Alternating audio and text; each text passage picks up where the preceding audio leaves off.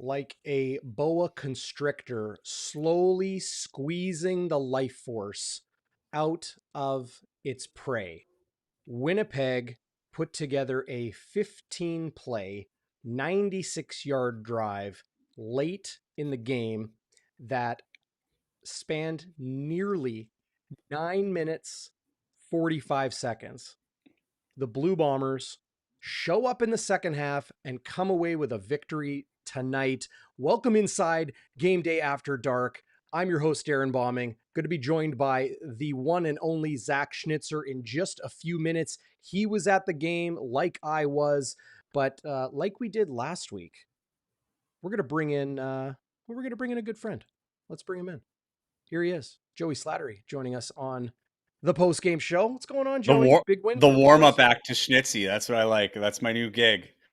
I'm the warm-up. I keep people here before Schnitzy gets on. Yeah. I like that. I like it a lot.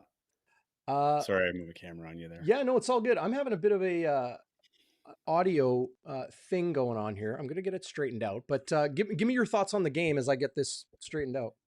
Well, I thought you nailed it, actually, coming towards the end. That first half wasn't great, particularly that first quarter. It was a Diedrich Mills going off in that first quarter. Kind of seemed like Calgary was going to have their way going up 11-0, but it was kind of reminded me of a bit of a like warming up a car in the winter. You know, you start it up, it starts kind of slow, but it's giving a lot of effort, not giving you much, burning a lot of energy. And then suddenly once it starts humming, it's humming. And that was the Bombers tonight, Like man. Like they just kind of, as the game went on, they only got stronger. And it was encouraging to see that fourth quarter. I think my biggest concern of the game is just that it took, a half to kind of get into it against a team that's pretty battered. I mean, still early in the season. And I'm also a firm believer that, put out the effort as long as you get the win, right? We talked about that in Montreal. You didn't need your 40-point outing last week. And as long as you come out with the win, that's the big thing. But I mean, there's plenty on tape. And we were talking a little bit about it before coming on. There's going to be something on the tape for the coaches to look after that they can fix next week. But overall, I mean, you can't be disappointed. It got better as the game went on. They wore out Calgary. I think Calgary got off to a hot start and couldn't hold it. Whereas you saw in the second half, that's exactly what Winnipeg does well, right? Build the lead, then hold it, especially with that play, that near 10-minute drive and Brady Oliveira getting all his yards in a matter of 10 minutes. But, and that was another thing too. I mean, that run game was dead in the first half too. I think he had Oliveira had like 2 carries, no yards. He had more receiving yards and rushing yards, but stick to it, this man. Like you just keep going at her and eventually it breaks through. So it was good to see. So during the home games, Joey, I've been trying to post like a video. I'll record it at IG Field, and then I'll post it to kind of like the different social media channels, just like a 1 minute like tee up.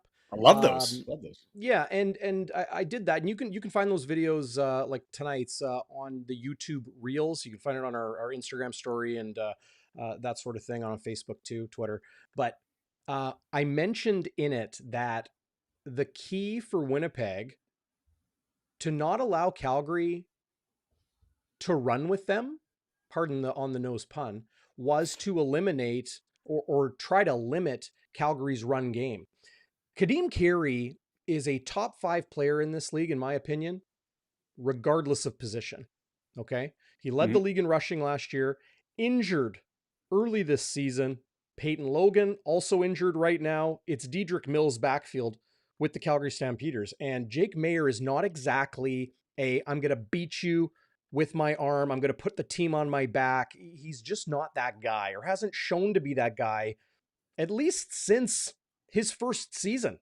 His first season, he was dicing guys up. Like, I think he broke a CFL record going like 18 for 18 or 17 for 17 at IG Field against Winnipeg. And I think the Bombers ended up winning that game. Either way, Diedrich Mills was an absolute monster coming out of the gates. He had 7 rushes for 76 yards and a touchdown in the first quarter.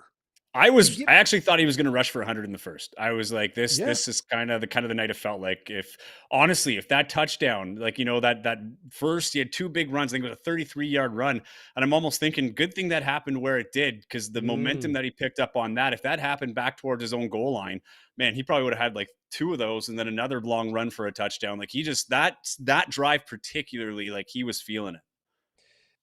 No question. But Winnipeg just they just stayed in the fight. And also during that little tee up video I did, I also mentioned um, that Winnipeg was going to play inspired football, right? Mhm. You can start with a guy like Drew Brown, who is not with the team right now, not in Winnipeg, did not dress tonight. He was on the roster, just like they did with Dembski in Montreal. He wasn't in Montreal, but on the roster, didn't dress. Um, so Dembski comes back this week. Shane Gauthier, who is a heart and soul, blue collar, lunch pail, hard hat type guy in that room and has been for years, lands on the 6-game injured list. And then we hear and learn of the just shocking, really upsetting news of Adam Bighill losing his father suddenly, who he described as a selfless individual who dedicated his life to his son, Adam. And you could see Adam played inspired football tonight. But I think all of that happening and Winnipeg coming off a win in like crummy weather in Montreal, Yeah. and then coming back home. Walby and I talked about it on Game Day Winnipeg. Um, you know, uh, we've been talking about it all week. There is no way Winnipeg was going to let somebody come in to their house and push them around again. It wasn't going to happen. And it was 11-1. Yeah. And it was like, what are we going to get here? What's going to happen the rest of this game? There's 30,500 in attendance. It's country night. Everybody's in their cowboy hats. The younger fans, the older fans, the Rum house is diehards, the packed. casuals. Everybody was there. Or rum What hut, was sorry. Winnipeg going to show us? And they showed us what they're really made of. They Yeah. went in at halftime, tied up at 11. What's going on? The offense can't, move the chains and be consistent like they have, in games past. It was kind of similar to Montreal, and just, they might get a home run to Greg McRae like they did tonight on the 68-yard catch and run touchdown to tie the game at 11. But it was the way that they just said, okay, defensively, we are going to wreak havoc. And Mhm. offensively, we are going to squeeze you to death like they did with the run game. Brady Oliveira did not have the offensive line, the run Yeah. game as a whole did not have a very good first half, Joey. But in the second half, they said, we're taking over now. Yeah. And Even in the as a second half, unit, it like, was incredibly impressive.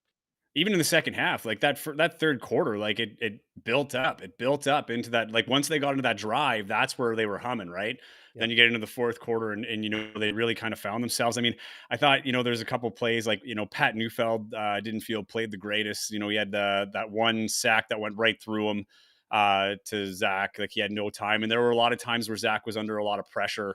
Yep. Forcing throws that he normally wouldn't throw. So the offensive line, I still have my concerns with that aspect of the game. Up against Calgary, and I'll give it this, going back to your initial points brought up. Mm-hmm. Calgary has a strong start, mainly because they had a tough loss in Saskatchewan 2 weeks ago and had to sit on that after a bye week, and then practicing through that. So they were well prepared to come Mm-hmm. out flying out of the gate. Maybe it caught the Bombers a little off guard in that sense, but they're just a fresher team at that point, and they've got a bigger chip on their shoulder, kind of like Winnipeg would have had last week. Yep. And they've made them pay off the top. But again, it's that veteran presence, and because the defense was so dialed in today as the game went on, like, second quarter on particularly, you kind of had that confidence back again, where it wasn't, oh, this team might come back, or, like, as soon as the game was tied, you kind of felt like, okay, like, the Bombers it's just a matter of time before they win this. And, you didn't have that at all at any point with BC. And we talked about it last week, how we had Mm-hmm. a bit of Yeah. concerns with going down the clock with Montreal until Schoen caught his touchdown. So this week we kind of got back closer to that. Also, shout out to, we talked about 11-1. Can we talk about that 1 point for a second? Sure. the Yeah. Sheehan punt, and he's kicking it. He gets it. Uses. I don't think I've ever seen the pylons used outside of a touchdown, and I know the CFL has the rouge, but like I don't know if I've ever seen the ball hit the pylon and that counted for the point, and that Yeah. broke the shutout. That doesn't happen. It's 11-0 after one quarter, but it was 11-1 because of that play. I thought it was, got to give a little credit where it's due, man. That was a nice play. So I had some people like text in the Bonfire hotline, 204-816-TIPS, 816-8477. Call or text anytime. Leave a voicemail or text. I'll get back to you. I don't know if I'll answer your voicemail. I'll be honest. Unless if it's really, really, really good, I might even play it on air. But Joey, like some people are saying, this punter, what's his deal? He's not a good punter. Don't watch the technique or the football. Watch the results. And sometimes it goes out of bounds, but I've been watching him in practice. He does this thing where he like looks to the right, kicks it to the left, it like sidewinders towards the left sideline and then bounces the opposite way you would expect it to, back into the Yeah. field of play. He's putting English. He might be Australian, but he's putting English You know on what? little Commonwealth on the ball. The sense of excitement with that play, I'd give it the equivalent of hitting like a 60-foot putt.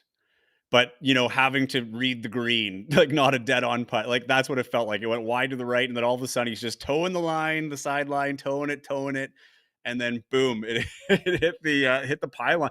And even I'm sitting there, I'm like, does that count? Because like it is kind of out of bounds, but it hit the pylon. So Oh, hey, and then when same they same way put when the the one up, same way when the ball hits the pylon on offense, right? If yeah, like Rashid Bailey with that diving touchdown last year, Rob Ong, the Blue Bombers photographer, one of their photographers, got an amazing photo of it where he's like airplane stretched out and reaches for the pylon. Same deal with the punt. That's inbounds. That is in the end zone, and away they go. I wanted to, you mentioned Pat Neufeld. So look, I've got a whole bunch of video highlights to share on the show tonight. And don't worry. Oh, do not fret. Your favorite man, Zach Schnitzer, will join us momentarily. He expects to be home from the game in just a few minutes. But let's get through the crappy stuff first, Joey, and yeah, then we'll let's get do it. into the good stuff. So you mentioned Pat Neufeld. And early in the game, Winnipeg's offensive line did not have a great outing. Um, just here's the early sack from James Vaughters.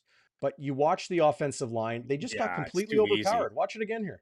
Yeah, Completely overpowered. That's Jeff Gray. That's Liam Dobson. That's Chris Kolinkowski going from the left to the right.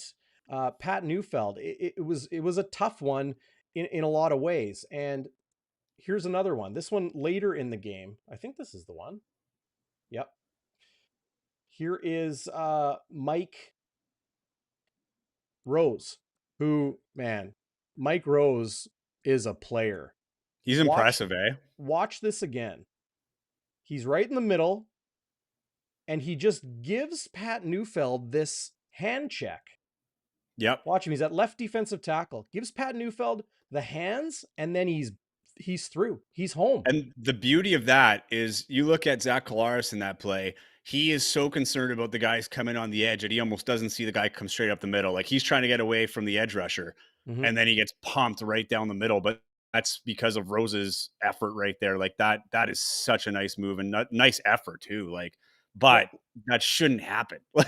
Like that's like when push comes to shove, you can't let a guy come up the middle like that and pop your quarterback. Like no. I mean, but it does happen. Like it shouldn't it does, happen, but yeah. but it does But it's happen.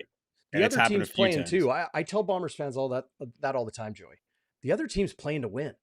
Mhm. You can't. It's not like like I know Winnipeg has all your heroes out there. I understand, but a whole city in Alberta has their heroes on the field too. And Mike Rose is really good. Yeah. He's a double team machine. He takes on double teams all day long and then comes home with, all-star bonus money. Uh, so, James Vaughters with a couple sacks in this game. I'm glad we got those kind of out of the way. Yeah. Let's look at some of the good that we saw. And early in the game, I'm going to make sure I tee this up nice. And by the way, big hat tip to the CFL and to TSN for this footage because, well, we couldn't see it without them. But where was it? Let me tee this up right. So Winnipeg is down 11-4 after Sergio Castillo hits a 47-yard field goal. And man, he is good. I have a note from Judy Owen of the Canadian Press. Castillo's 47-yard field goal, that made it 11-4. It's his 9th straight this season, extends his active streak to 19 consecutive field goals made, going back to September 16th last season when he was with Edmonton. Calgary, led 11-4 at that point in the second quarter. And following that, the Calgary Stampeders had a 3-play drive. It was halted by a Willie Jefferson sack. I'm pretty sure it should have been credited. Maybe it will be with the corrections in the PDF tomorrow from CFL Stats Central. But Jackson Jeffcoat was a rocket off the right edge. Even that, right? Like I was looking at like half sacks. Like, I felt like Jeffcoat and Jefferson, like that was a nice combo sack. And that is a quarterback's worst nightmare against the Winnipeg Blue Bombers. The two guys you're worried about them one man apiece, having them come at you together. That has to be a scary thing as a quarterback in any league, whether it's a CFL, NFL, XFL, I don't care where you're playing. You have those two guys coming at you, look out. Well, and Willie Jefferson, who joined me on Bonfire midweek this week. That was an awesome show, by the way. I really enjoyed that. He was great. That was so much fun. So much fun. Willie Jefferson is just pure entertainment, man. We talked about basketball. We talked about him growing up in Beaumont, Texas, East Texas. We didn't get into him playing wide receiver in college, but a lot of people don't know that. That was my fault because I had it in the tip of my mind and I never asked him. But we could have gone for 30 minutes. We didn't. But maybe someday. Willie was awesome. If you guys haven't seen it, you can find it in my Twitter feed. But it is on YouTube right around 15 minutes into Bonfire midweek this past week. And if you're having trouble finding it, it is, it's from Wednesday night. You'll find it. A new segment on the show, Willie Wednesdays. Oh, hey, there you go. I like it. There we go. But following that field goal that brought Winnipeg, got Winnipeg some points, some like legit points. No offense, Jam. Beautiful punt. Jammers. But Jammers. It was, at the time, just an absolutely monster play. And there's Zach Collaros dropping back and dropping it in for Greg McRae. This guy is electric. This guy has wheels. And Greg McRae is so versatile. When Janarian Grant goes down to injury, McRae comes in and has a 102-yard missed field goal return right down to Calgary's doorstep, and Winnipeg was effectively in control from there. When Zach Schnitzer joins us in just a minute, we're going to get into your Bonfire burning point and the rest, but it's worth another look. Collaros, like just a little playful pump fake there, and then what I tweeted at the time, Joey, was my Buck Pierce voice. Hey, Zach, just throw it up there and let Greg go get it. And that's what he did. Because look at this. Look at this play one more time. That easy. Pitch and catch.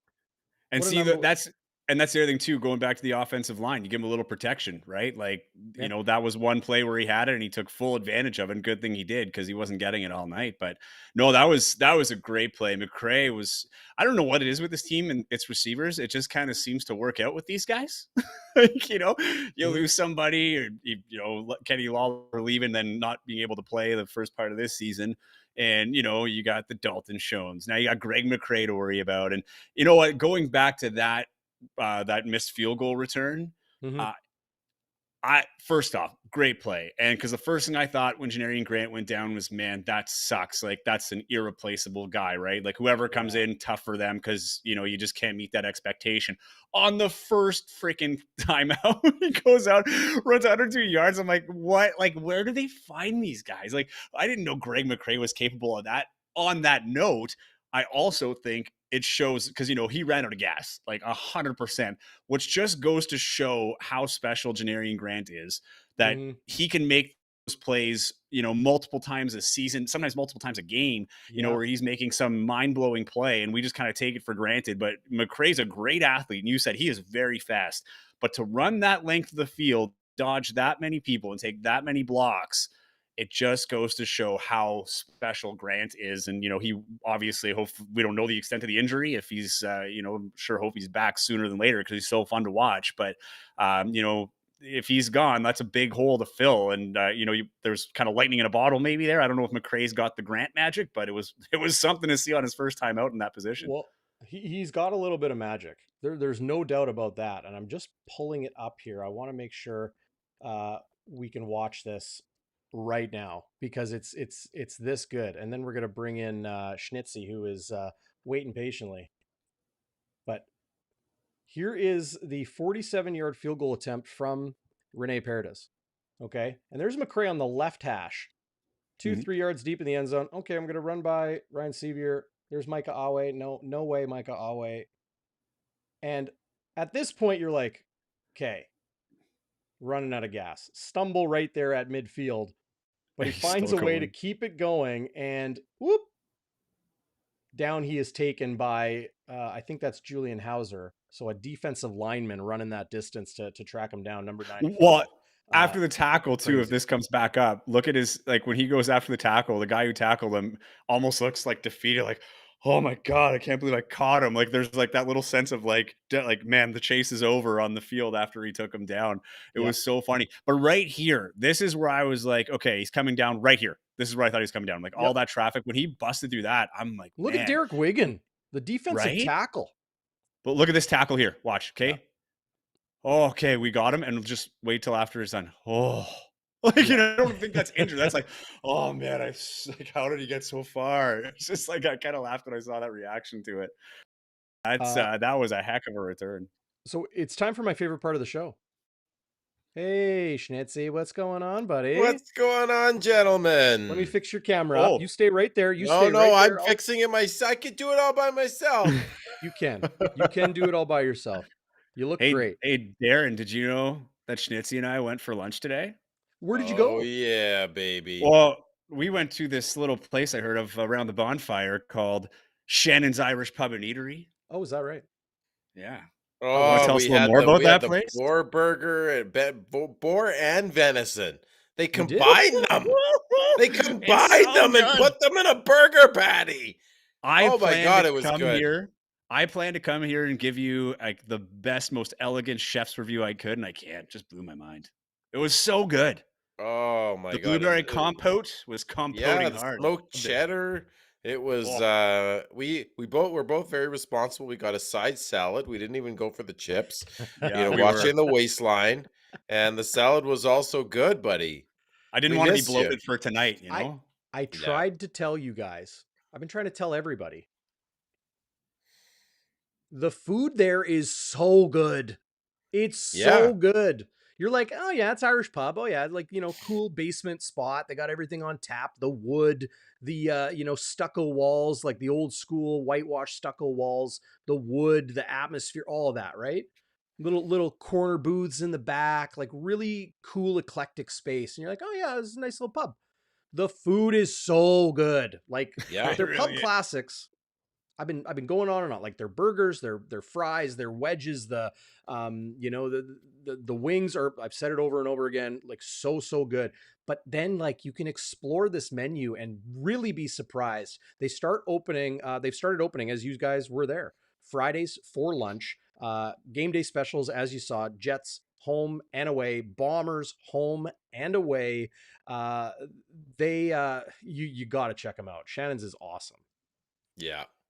It was good. The beer was good on that burger for sure. That was good. But just make sure tips though, don't wear white or stainable colors because the blueberry compote, it compotes right out of the bun. And so if you're not careful, you'll be wearing some blueberry compote. And but it was it's worth it. They don't just sprinkle it on, man. That's the Irish pub in them. They put it on. You were getting your money's worth for sure on that burger. I'm already regretting that I wasn't able to join you guys there today. That's your prerogative, man. But Yeah, you're being so responsible, Yeah. Darren, getting to work on time, things like that. well, because everybody is generally leaving work at 5 o'clock on Friday. I am packing up and going to work at 5 o'clock on Friday. Yeah. Got a cup of coffee. I'm headed to the stadium, and that's where I was. Giving you guys a little bit of content on YouTube Shorts and Instagram stories and Twitter and the rest. Talking about Dedrick Mills, and man, it looked like the story early on, didn't it? Yeah. Uh, He scared the living crap out of me in that He first looked like a quarter. wild boar. Yeah, there you he go. was yeah, like and not necessarily one you'd want in your burger, right? Because he'd probably run down your throat and kick you in the stomach. But he was running wild. He must have had what 70 yards in the first quarter, but 70 for hey, 76. then he had the touchdown. But then, as the game went on, we seemed to get a handle on Mr. Mills.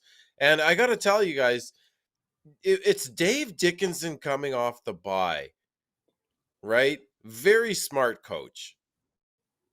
And he must have seen something in the film room where he knew he could exploit our run defense because it was right out of the gate and he was gassing and smashing us with the run game with Dedrick Mills, who, by the way, is like the third string running back on that team. Like, how deep Mm, are they in running back? What, Peyton yeah. Logan number 2 or Peyton Yeah. Logan more the returner? Peyton Logan, more of the change of pace, Greg McRae All guy. right. But fair enough. But you're right. Darren, They're down 2 running backs, and yeah. there's this dude who's a freaking stud. It's Yeah, no, incredible. I was impressed, but it didn't surprise me that they came out hot against the Bombers, because you give Dave Dickinson 2 weeks to prepare. He's good off the bye, but I credit to Dedrick Mills, but I was happy that we were able to shut it down as the game went on. Were you concerned with the pass protection and the, blown assignments or whatever it is? Maybe it was just physicality from Calgary's defensive line that were pushing Kolinkowski and Neufeld and Gray and Hardrick and Liam Dobson and Stanley Bryan around at times.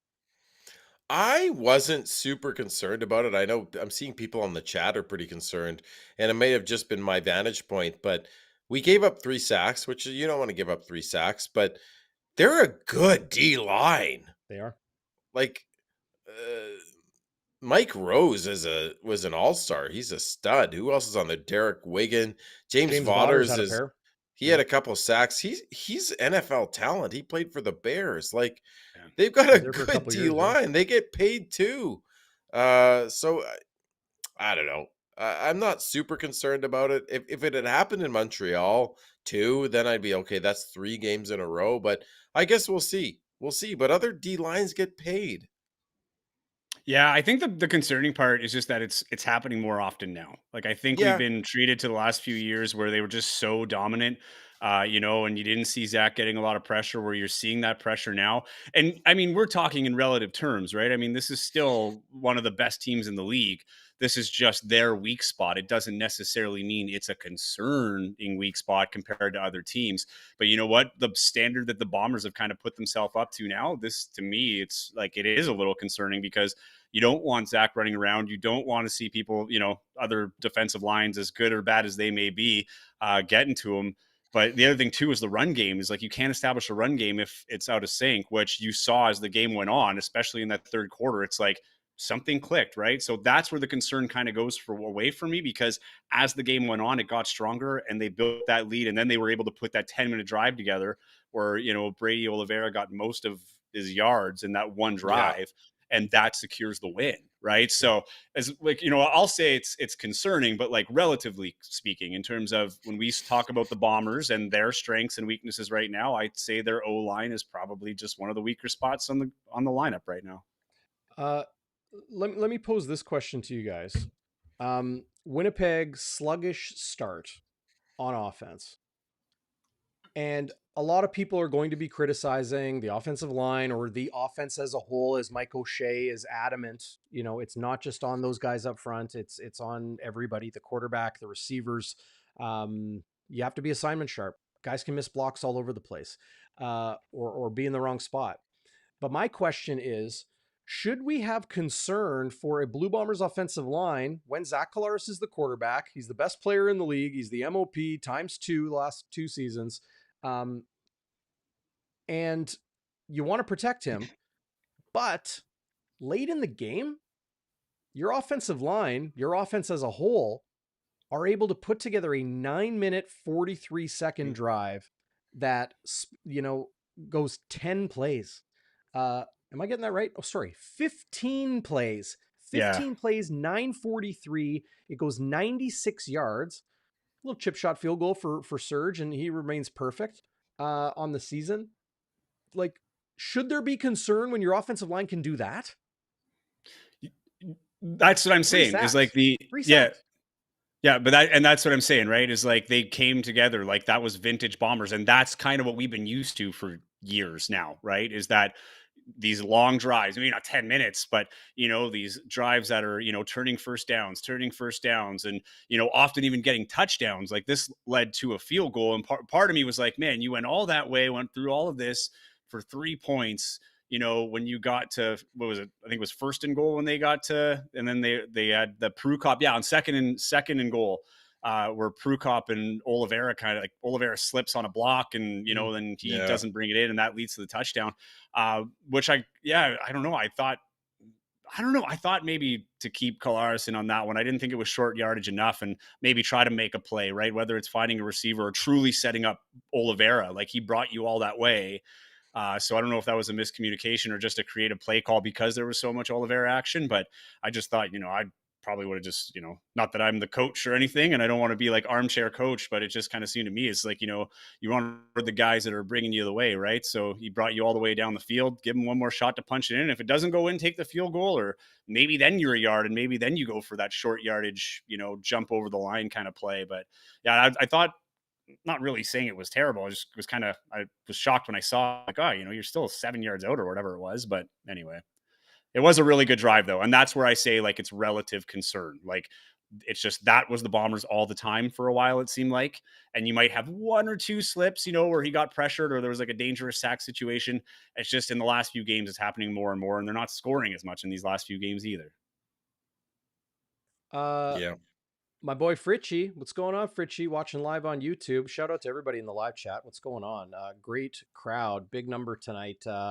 Not just Winnipeg's 24-11 win, but big number in watching live on YouTube and Facebook and the rest. But my boy Fritchie, good to see you. It seems like Zach just has less time this year overall. Zach Schnitzer, do you have less time this year overall? I do. My son's getting older. He's an animal. He's a wild animal. I was telling Slaughter about this over lunch. Slaughter. But hey, he was slaughtering that burger. We were both slaughtering that burger. Is it just me, gentlemen, or did Buck Pierce use a lot of play action tonight? Oh my goodness. I saw, and I was wondering because he didn't really set up the run in the first half. Like there was nothing going there. There wasn't even a whole lot of running the ball. I think they tried to. I think they tried to get the run game going and it just wasn't there. Yeah. And then the play action is probably an operation of the pressure that they're getting. Yeah. Right. So as the game went on, I think the run game improved because the play action was happening, and the defense, Micah Awe and Cam Judge, like outstanding linebackers. Titus Wall as the dime backer, the DB in the box, those guys have to watch so closely, whether it's run or pass.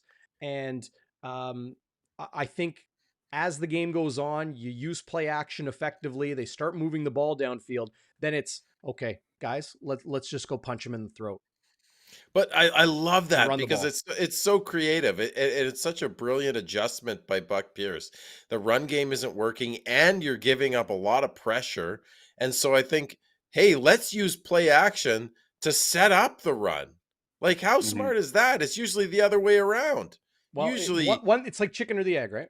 Yeah. I've been impressed with his calling the last 2 games, to be totally honest. Like we talked about this last week too at the Montreal game. Like it just felt that, like that was a game where I don't know if that was the total game plan going in, but you adapt to the conditions and to what's working, and we talked about, last year getting last week getting Rashid Bailey in on the run game and things like that. Like, you got to give Buck a lot of credit there, because he has put together some couple of really good games, and games where things weren't clicking totally right.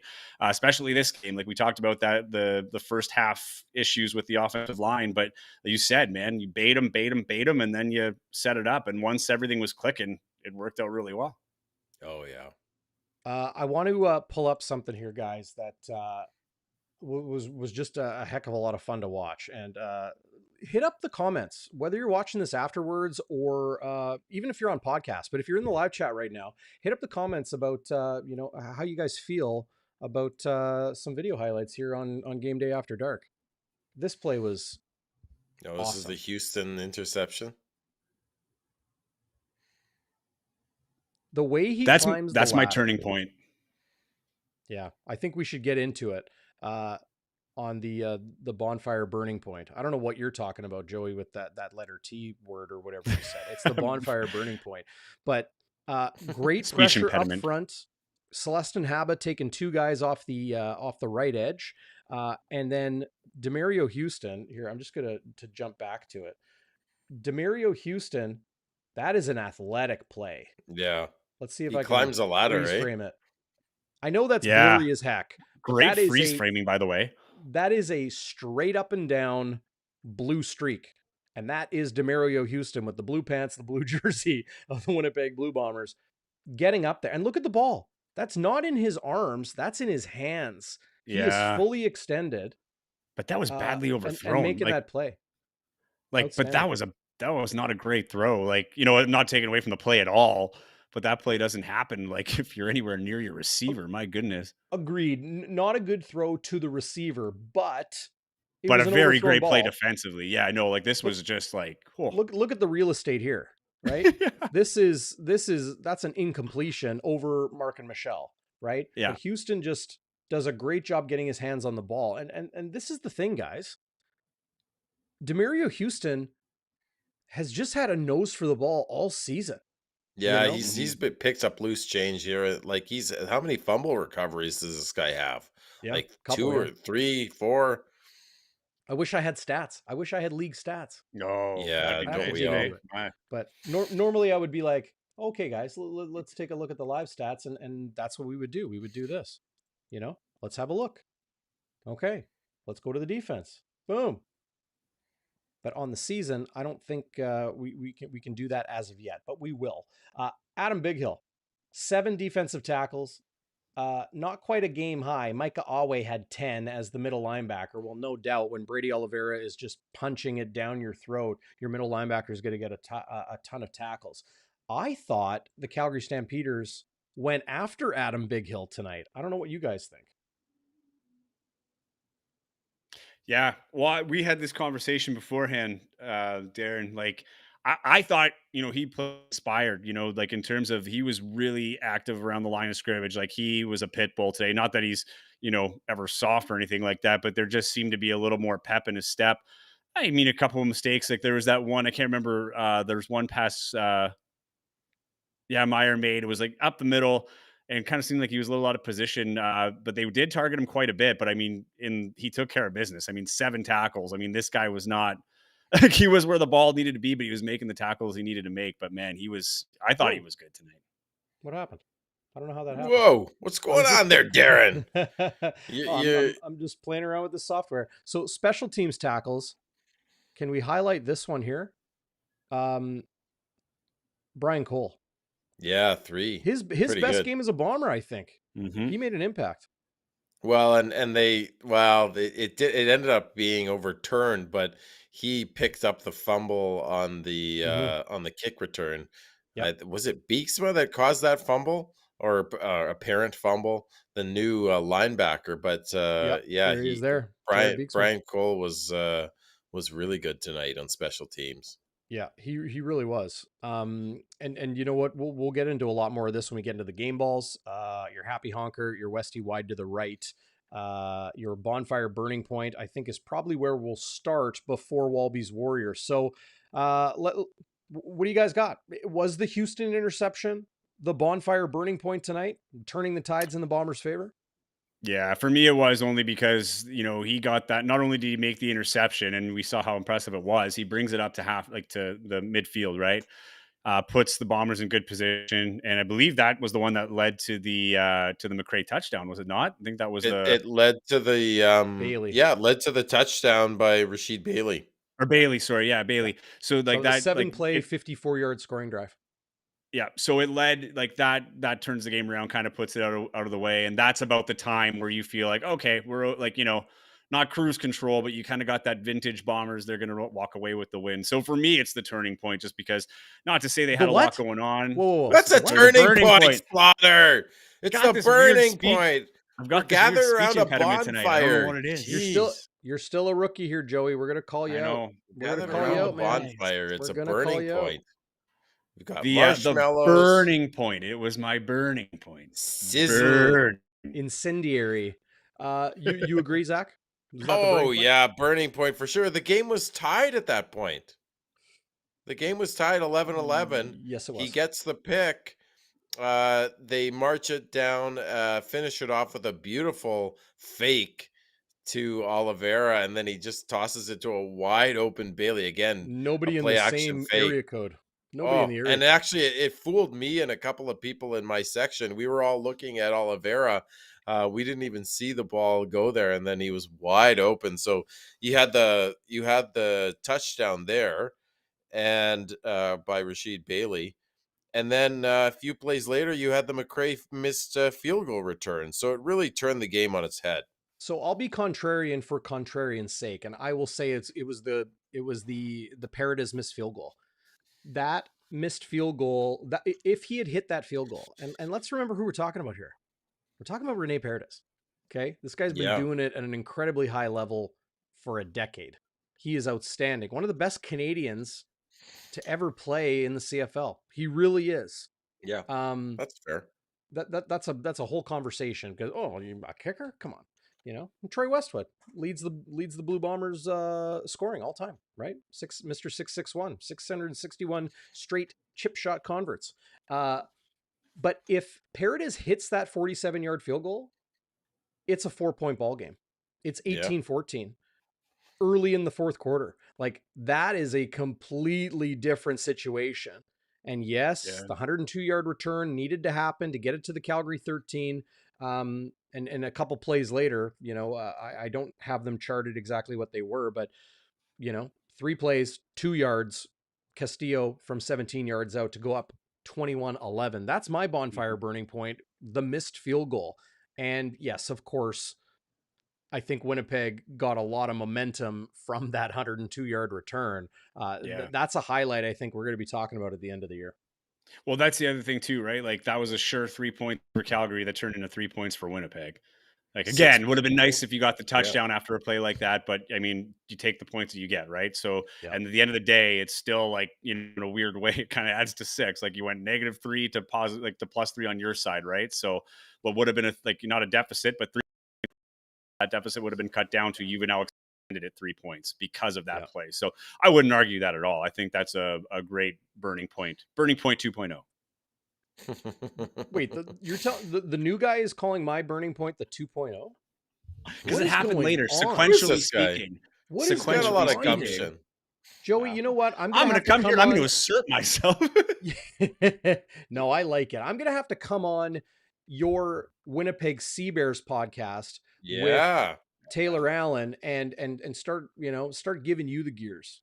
Oh, I would love that. That would be an honor if Darrin Bauming came on our podcast and gave us the gears. Bomber, you're a Seabears legend. You're like one of the voices of the Seabears. You bring the roar to the bear. Of course, you're going to be on the. You set the tone of the den. Yeah, that's right. The den. Get out of my den. The den in This Churchill. is my den. You are in your den. I am kind of in my den, man cave. Den. No, I have so much fun at the Seabears games. They got a big game coming up on July 11th. Joey, maybe you know who they're playing it against, but it's a Yeah, national game on TSN. against Saskatchewan, the Oh, Rattlers. So there this you is go. kind of And like, I'm guessing they're going to have a pretty handsome sideline reporter for that game. I hear a handsome sideline reporter I will know be that not be they there. called me randomly one day, guys, and they're like, "Hey, do you want to be a senior sideline reporter?" No, I'm like, see, I don't even get that game, Darren, because it's the national broadcast, so I get Oh, to go there as a spectator. So yeah, they will probably have a handsome sideline reporter. You're right. They will. I'm not. You know what? I'm not working that game either, so I'm going to be going as a spectator.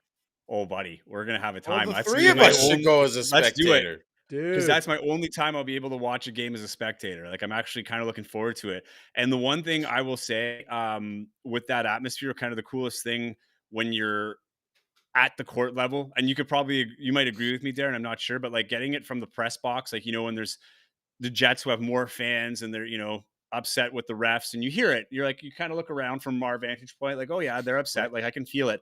But when you are down there and it's all funneling down on you like this from each end, like I was like, wow. And there's like half the people, not even half probably, that you get at a Jets game, and like the atmosphere in there, like how loud and hostile it can get. Like, Yeah. yeah, it's the real deal, man. It's a lot of fun. And yeah, It's for fun. the Yeah. podcast, it's called Target Score Weekly. It's on everything now for sure. Apple Podcast, Spotify, iHeartRadio, Amazon Music, whatever you name it, it's there.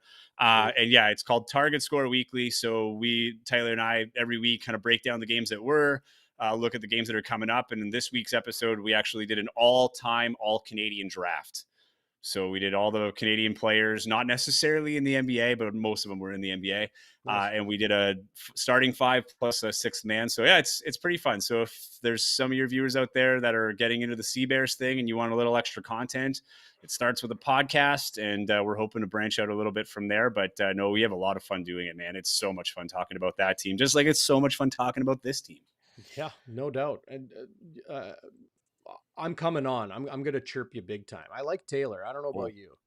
That's good, because I kind of chirped Taylor a little bit on our podcast, so we can even it out a little bit. Do I have to know anything about basketball to come on the show too? Oh, not necessarily. If we can get Zach, a local celebrity on our Zach, show, you don't need to know anything. Schnitzy, you've been at tons of Sea Bears games. I've gotten to a couple Sea Bears games. Yeah, I love it. You know more than the average Sea Bear. I'm more.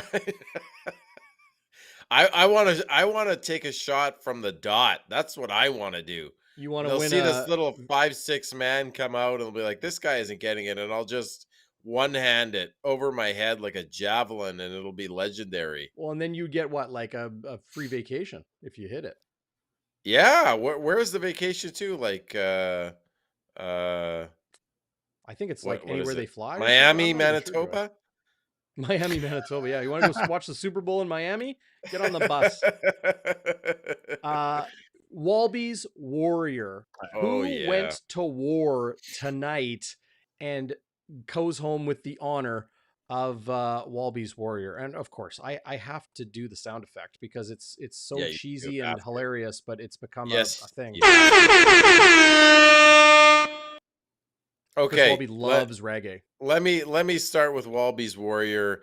I gotta give it to a guy who was a huge part of that 10+ minute drive, or almost 10-minute drive, that really just put the foot on the throat of the Calgary Stampeders, and that was Brady Oliveira. I don't know how many rush yards he had in that drive, boys, but it must have been like at least 60. And he just added to a nice tidy sum. He had 73 yards on 15 carries, 4.9 average, large of 19. And then in the receiving game, he was a great release valve. He had a second down conversion, even 5 targets, 5 catches for 37 yards. Yak of 32 yards. So he made things happen in the pass game when the Bombers really needed him to. And for me, he is my Warrior because he's a battering ram. He just doesn't wait for contact. He meets it out and he dishes it out, just like the burgers were dished out this afternoon. He might be leading the league in yards after contact. Like he like embraces it. Like that's where he's really starting to shine for me is through that. Like I agree with you 100%. I would actually there's a few people and like I have a few options for the Warrior of the game, but I think I'm going to go with Adam Bighill for this one just because of everything Nice. we talked about, right? I can't imagine playing through that emotion and just days was like, is it 10 days since his dad passed away and whatever it was, but it's like to go out there with the heavy heart and and play as inspired as you had. And we heard him on the post game there, Darren. He seemed pretty fired up and he talked about what it meant, to what his dad meant to him and things like that. And 7 tackles, you can chalk it up any way you want. He stopped the play 7 times. He looked aggressive at the line of scrimmage. He wanted to make things happen tonight. And, and that's saying a lot because this is a guy that gives everything all the time and, doesn't have terrible games or doesn't hold back in any way. So when you see that little extra sauce, there's something special there. I thought he played great, all things considered. So I have to give my Warrior to him. That's a great choice. Like a really, really great choice. I'm with you. I'm going to give it to Adam Bighill as well, because I think, everybody in the Bighill circle, the family, his friends, his teammates, everyone that's really close to him. I want to share this about Adam Bighill. Okay. I've been covering this league for over a decade now, like every day, off season and regular season. I don't think I have been more impressed with an individual than I have been with Adam Bighill. And I told him that in the Blue Bombers locker room, like on an open locker room day, like, I don't know, maybe his first season, because I'd heard a lot about him. I'd watched him from afar when he was in BC. Talked to a lot of people that covered him and know him well, during his time with the BC Lions. And what they shared with me, and then I got to see him interact with his teammates, interact with the media, the way he spoke, the things like how he decided to share, his insight on triumph, his insight on defeat, his insight on teammates, work, approach, perspective, all these things, right?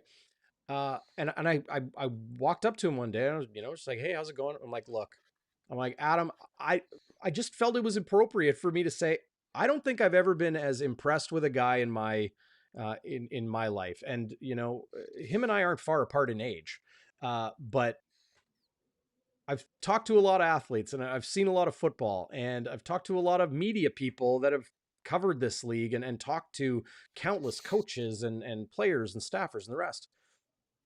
From what I've seen in Adam Bighill and from what I've heard from others that are close to him, he is one of the most outstanding people you could imagine. And to read about him losing his father this week, to hear him speak about it on TSN after the game tonight and other places, that a huge reason for all of that is his father and the influence he had on raising him and shaping him into the man he is. I remember flying to the Grey Cup in Calgary. So before the Bombers had won a Grey Cup, 2019, right? It's like 4 or 5 days before the game. And just by happenstance, I'm sitting on the plane with like 3 seats on the left side of the plane. It's me on the window, because I like the window, Christina Bighill, Adam's wife, in the middle, and Adam on the aisle so he can stretch his legs out, right? Because, he just played in the West Final and on the road, and now, going to the Grey Cup. And he ended up winning most outstanding defensive player that year, right? So he's got the haircut, he's got the suit, he's all business, right? And just the most genuine, down-to-earth people. And like, I'm fully aware that I'm a media guy.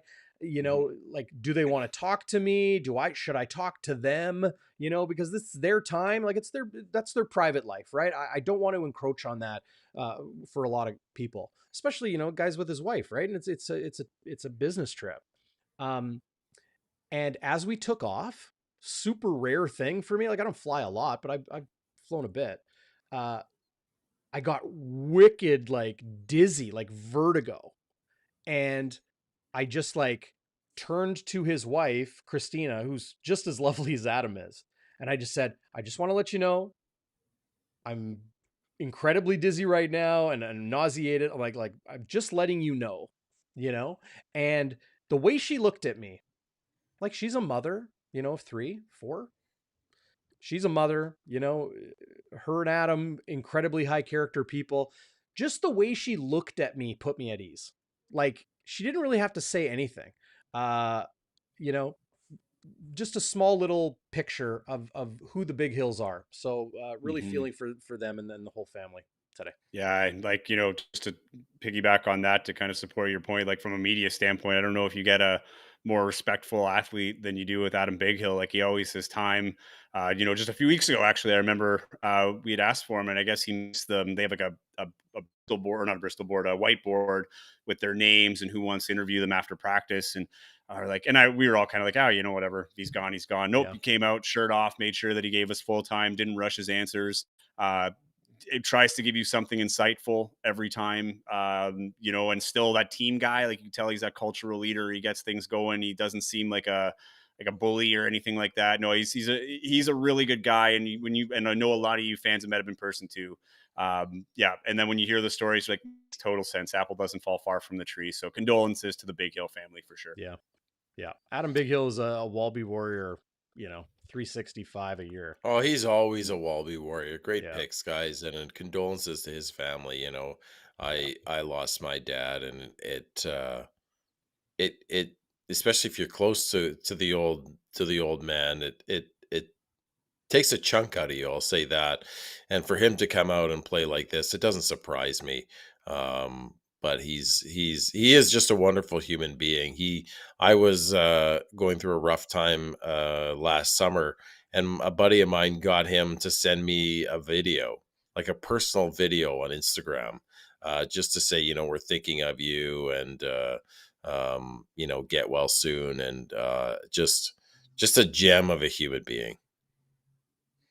Yeah, well said. That's awesome. Yeah, and you know what, Zach, maybe this is a more private thing to say, but I'll share it with everybody. Like I've been thinking about you all this week when, reading about Adam Bighill and all that. And I know that's why the Blue Bombers are so important to you, and why you have so much passion and investment in this team, because, like Adam, you and your father bonded over football, and hey, that's why I love this game. That's why I love sports, because it brings people together. It means a lot, right? And I think that's why it's so much dang fun, Yeah. Especially when I'm wearing this beautiful chain. Hey, people were getting on me for not bringing the chain. I give the people what they want. Okay, I'm wearing the chain. Well, the Bombers gave the people what they want. 24-11 win. They're 4-1 on the season. They haven't had a bye. The Riders are 3-1. They improved to 3-1 with a kind of hilarious win, 12-11 over Edmonton. The BC Lions are 3-1, right? And the Winnipeg Blue Bombers are 4-1. So we're going to, the debate will go on. It'll rage on with the power rankings, but who do we got this week? We've got Ottawa at Hamilton tomorrow. Jeremiah Masoli making his debut. I'm looking forward to that one. Yep. Pardon me as I just peek off screen here. Montreal at BC. Montreal traveling across the country to BC. BC could easily be 4-1 as well. And well, I'm looking forward to August 4th. The Lions are coming back to Winnipeg, man. Oh, that game is going to be good. Oh, we're going to get our revenge. Trust me. Yeah. Trust me. Speaking of revenge, following Walby's Warrior, we always do Westwood's Wide to the Right for our good friend Troy Westwood. The segment we used to do on Game Day Winnipeg, or Blue and Gold Game Day. That's what it was on TSN Radio back in the day. Westwood's Wide to the Right. The moment in the game you guys didn't like, or something to do with the game that just went wide right. When two Calgary Stampeders ran into each other, that was... Nick Stats. Nick Stats got Stats, that's what it was. I was like, wow, he was down for a bit, man. I know it's He not got Bombers rung. related, but like that was like, and there was a flag out on the play, and I can't remember what the penalty was, but I actually thought for a moment that penalty came out because he thought it was a hard hit from the other team, and then he's probably like, oh no, that was a friendly fire. That would be my wide to the right. There's a couple of options, including the wide to the right field goal attempt. But There you go. that's a little too obvious. That one I thought was, yeah, I felt bad for Stats. He took a heater from his buddy there. Oh Yeah. My wide to the right is the penalties. We had 5 for 47 yards. Not horrible, but I think that's even a little high for a Mike O'Shea team. And that's a couple of weeks in a row where we've had some, higher than average penalties. And the ones that really are wide to the right for me are the ones you rarely see from this Bombers team, but it's on the kick return. When you get those penalties, those holdings or illegal blocks on the kick return, it puts your offense in a huge hole. yeah, You're starting on your 15 yard line. They even started on their 7 yard line in the fourth quarter. Now, that was that epic 15 play drive you guys were talking about that was almost 10 minutes that really iced the game, but still it would be, you don't really want to put your offense in that situation. Your offense has to execute at an extremely high level to get out of that hole, and I just I'm tired of seeing it. I'm a fan. I don't want to see that. and you know what? If I were to pick like a particular play, like to the Bombers, where I would say wide to the right was, I think it was in the first quarter. Yeah, it had to be the first quarter. Uh, Third down, Calgary goes for it, and Holm, great play to knock the pass down in the end zone. So it's going to be a turnover on downs. But Dietrich Yeah. got Nichols got the penalty on the other side of the field on a little Illegal fake out for contact. pass. Yeah, and that 2 plays later, Calgary touchdown, right? Well, And put him in the red zone. It was, yeah, that to me was a wide to the right play too, because that penalty was just so, like, could have been more costly, especially at that point in time, because that like led to the deficit being 11 points, right? So like there was that to me going on, like just piggybacking on your penalties call, like that, if I'm going to narrow it down to one moment, that would be my wide to the right pertaining to the Bombers moment for sure. see, I don't know about you, Joey, but I can see it on Zach's face right now because he knows what I'm going to say. Another rookie mistake by you, Joey Slattery. You do not sully the name of the human Oh, tarpaulin, Dietrich Nichols, on this program. Look. He had a nice knockdown, Nichols. Hey, that was timed perfectly. I think it was in the third Yes. quarter. Oh my God. We know full well we are all champions of Dietrich Nichols here on Bonfire Sports. More people need to know just how good he is. Joey, I'm joking, of course, but the reality. He's not joking. He's not joking. You can't. Why is my talk screen badly. blank? Yeah. Where did Joey go? Oh, I don't know. He just kind of disappeared. No, all joking aside, that illegal contact penalty is a legit penalty, okay? But it was incidental. And it has to be called because you can't contact a receiver more than 5 yards downfield. So I don't even know who the receiver was, but Nichols, oh, you know what? I can find it. Nichols just kind of tripped up on him. Oh, here it is. Yep. Rice and John. Well, Man, sorry. you're good at finding that stuff quickly. I thought John was in the end zone. I thought it was You're John right. that was, yeah. So Rice and John is 6'7", first round draft pick at Calgary a couple years ago. I think this is his first start in the CFL. And Evan Holm, like Mike O'Shea says, he's got amazing feet.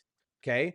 And then you see Chris Walby on Game Day Winnipeg say Evan Holm's hips and the way he's able to turn his hips. So you got Mike O'Shea talking about his feet. You got another Hall of Famer in Chris Walby talking about his hips. And then you see him, what he's able to do with his hands. Like 6'7", he climbs the ladder and knocks the ball, like unbelievable play. Yeah. And yeah, it's unfortunate that Dietrich Nichols gets the incidental contact, illegal contact, but you're right. The receiver was Rice and John in the end zone. I don't know who Dietrich Nichols, I think it might have been I can't remember Michelle. either. Might have been Mark Michelle. It's always tough for those kinds of penalties, right? Like that would have been such a nice turn point there to, they went for it. You went up to the challenge. You got a young guy like Holm. That's, he's pretty pumped to make that stop. Yeah, And for then sure. then you see the flag, and like on the TV, you don't even see it, right? Like it's not in frame, and then you see the flag come out, and then you look at the replay, and you're like, oh, and then you're right, like the call, it's like it's a ticky tacky kind of call, but it is the call. Like at the end of the Yeah, day, it's a legit you got to be call. aware from there, and and Yeah. that actually turned to be a touchdown when you were just getting the ball back for your offense. Yeah. And people are talking about this jet sweep. I think you're talking about the failed 2nd and 2. Is that right? Where Where we tried a Janarian jet Grant got sweep. hurt, Yeah. and John Yeah. Liu at TSN reported soon after that he would not return to the game, lower body, Yeah. right? You So don't really want to run east-west on a 2nd and 2. I could see that being a little too cute. You never want to fail on a 2nd and 2 or 2nd and 1. Like it should be easy money in the CFL when you're a yard off the ball. So that one irked me as well. yeah. My Westwood wide to the right will be the way Micah Awe was choosing to play late in the game. Mm. Um, go back and watch it. Like he's playing a little loose. He's playing a little loose when the game was effectively wrapped up. Perky Sanderson. I don't even know if I want to pull one of these comments up, but Perky Sanderson. I'm not sure you want to. Yeah, I mean, well, Perky Sanderson. This is just, here's an example. Not that I want to encourage this, okay? But Bomber has no pants on right now. You're right. I have shorts on. I have shorts on over my Oh. boxer shorts, like regular shorts. I have shorts on. But you're right. I don't have pants on. Perky Neither enjoying do I. themselves, in the live chat tonight. Corn dogs. I don't think I have ever had a corn dog. I was just talking about this the other day with a cousin of mine, and we were talking about corn dogs. And like, what is a corn dog? And we I'm both had dying never had a corn dog. because So we it's call them corn. pogos here, right? Like, isn't It's that like isn't that a corn dog? what? A pogo? Like that's because we always called them Right. pogos growing up. Like that's a Yep. corn dog, right? Just a What? hot dog corn But batter on a stick. a corn dog is a hot dog on a stick, right? Like, and then it's like rolled in like Corn. a cornmeal mixture. It's cornbread around a hot dog. That's what it is. Okay, that's fair. Also, That was pretty I good. kind of laugh at whatever his name was that had those things up because he has the Padres Coors Light thing on his photo. But what he's doing reminds me. Do you remember Hunter Pence from the San Francisco Giants? And there was this whole thing where they would chirp him with signs where it's like, Hunter Pence still lives with his mother, or like Hunter Pence still cuts the crusts off his sandwiches. He's Hunter Pencing you is what he's doing. Yeah.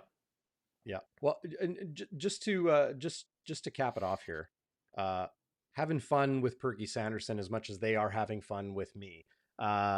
Hey, keep it respectful. We can take it. So no harm, no foul. Everybody's welcome here on Game Day After Dark and Bonfire Sports. Okay, so we have got those out of the way. We need to do. Oh, it's my favorite. The Happy Honker Award. We've talked about it so many times in the past. Shout out the late, great Cactus Jack Wells. Happy Honker, the moment made you happy tonight. Something cool, something fun, something exciting that happened in the game that you really liked. I'll let you go Whoa. first, Schnitzy. Okay, I've got a good one. My happy honker goes to a fan who traveled from North Battleford, Saskatchewan for this game with his wife. He Yeah. is not even Daryl Brandel? from here. Daryl Brandel, Sorry, yeah. who hopefully he's watching tonight or he'll catch it on podcast. He and his wife drove a long time to get to this game. And he isn't even from Winnipeg. He's from Saskatchewan, and he's a Bombers diehard fan. He was even wearing the chain and his Grey Cup replica ring. And I'm like, dude, how did you become a fan of the Bombers living in Saskatchewan? Like the crap he must have to take, and he does. He has to take a lot of crap from his neighbors and coworkers. He said he was a big fan of the Bombers in the 80s. Because of a guy named Dieter Brock, and has just continued that love of the Bombers ever since. And so he and his wife were there, and I thought that was just super cool. And they sent me a message. They were sitting right beside me, literally in section 129. And so we got to chat at halftime, and yeah, that was just super fun to see you guys. And you made my night. That is awesome. Good happy honker. Good happy honker, eh? Yeah, I'll give an honorable happy honker mention to 52 Melon 96 Lemon, who joins us once again here on Game Day After Dark. Lulu watching Melon from overseas. Oh yes, love the show. It's a must-watch listen in my week. I had a handful of Bombers fans come up to me over the last week or so, just say like, "Hey, love the show, love listening to the podcast." Like when they're driving home from the lake on Sunday night, or they're driving to pick up their kids from soccer or whatever. Throw it on for a few minutes. You know what? That'll be my happy honker tonight. To all the fans out there that are continuing to enjoy the Bonfire Sports content. I'm really looking forward to getting into Jets hockey this winter, but you guys know where I butter my bread, right here on the gridiron, and wouldn't have it any other way. DB. Okay. Joey, you got a happy honker? Bombers. Yeah, I do. I've got honorable mention, Zach Schnitzer trying to throw a football into the stands at one of the last plays of the game that a fan caught. So happy honker that. But no, also wasn't that dude there that was like setting a world record? Yeah. He's doing on it right now. I saw something on that. He's doing like, I think it's all the stadiums in like 15 days or something. So he's fastest to see whatever. So that's cool. But my happy honker on the field, Jackson Jeffcoat for sure. Ooh, I thought he had a great game. Like the pressure again, like that's the other thing. Sorry, we were talking about the offensive line. Like this defense has just tightened up so much since that BC game. And that was another, like both him and Willie Jefferson were just coming off the edges like fire. And it was like, again, nightmare if you're Jake Meyer tonight, having to see those guys like syncing together and reaching all sorts of havoc. 2 sacks for Jeffcoat. Like, he's back. I thought he played a wonderful game tonight. I like when it. Jeffcoat plays, the defense just goes to an entirely different level. Yeah, I think. Yeah. Like he's Texas, right? He's like that Texas University product. Like there's that swagger that comes with it and that presence. And I'm like, man, he's got like that. That's it. Like he's a big time player. Like he's in the CFL, but he could, NFL, CFL, like that guy's a player. Yeah, no doubt.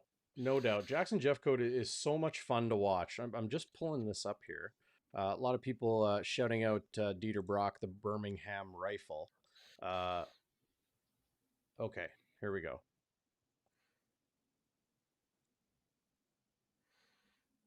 Here's the pressure from the Bombers defense. And this was the Willie Jefferson sack. Oh, you know what? I thought this was the Jackson Jeffcoat sack. But like add Jeffcoat to this crew of Malik Clements on the right side and Celestin Haba right next to him and Cameron Lawson, or as Willie Jefferson shared with me on Bonfire midweek this past week, they call him Clamrin Awesome. That is his nickname. Well, at least Willie said Clamrin. I don't know. Maybe it's Cameron Awesome, but either way, Clamrin Awesome, Cameron Lawson. That's a good nickname. Yeah, he's been dang good this year too. But that sack Jackson Jeffcoat had, I think they ended up actually giving it to Willie Jefferson because he kind of like came up over the top of Jake Mayer. And again, right there to like a half sack. Change. Like they each picked up half the sack. Like that would have been perfect. But he also had 2 knockdowns. Like he was so active tonight. But that half sack or however you want to call it, getting to the quarterback first.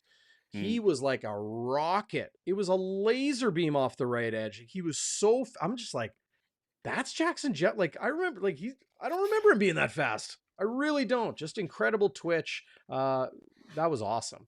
One of the top plays of the game. Yeah, I agree. He played so well. So that's my happy honker. I like that. Could have been a game ball. Happy could have been a game ball. Like I thought he was. You want to give him a game ball? I probably will give him a game ball too. Can I give him 2 things? Yeah, you absolutely. You can give him 2 things. No, you can't give him 2 things. All right. No, you can give him 2 things. Guy, you can give him 2 things. All right, new guy, Joey Slattery, aka Slaughter.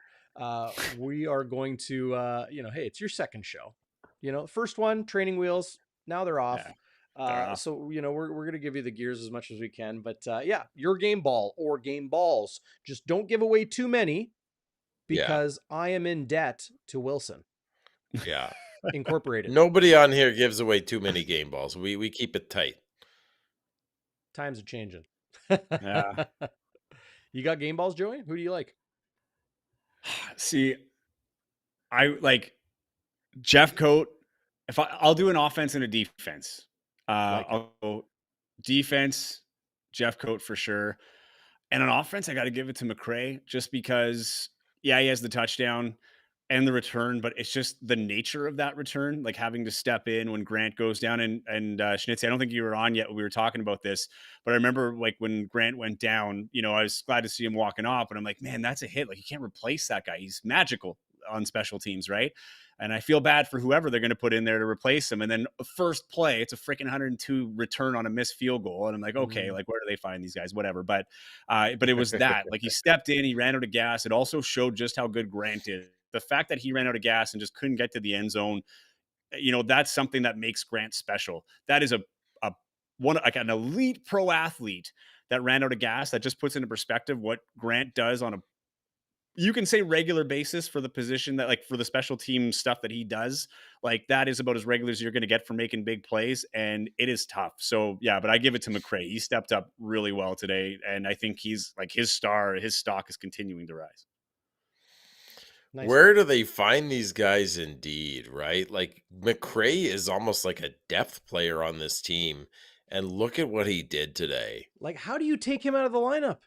Well, and people kept asking me tonight, where's Agadosi? Is he injured? He's like, no, he's not injured. Well, I mean, maybe he's on the 1-game injury list, but he's not injured. Kenny Lawler. Kenny Lawler. What about Kenny? But McRae is on there instead of Agadosi. McRae took his spot. I'm just saying, like, Agadosi, healthy and can play. Kenny Lawler, healthy, expected back soon. Like, embarrassment of riches. Embarrassment of riches, indeed. And then, like, McRae was unbelievable tonight. That missed field goal return, like, just the tackles he broke, it just weaving back and forth. Like, no wonder he ran out of gas. But that's a really good point, Joey. Like, that's probably a play where Janarian Grant doesn't run out of gas and gets you 6. But McRae, he was rushing the ball. He had 7 yards rushing, and then he was 2 for 2 for 73 yards, which of course was a large part of that was that 68-yard touchdown on a beautiful pump fake and go from Zach Collaros. And then how long was the missed field goal return? 102 yards? 102, I think it was. Yeah.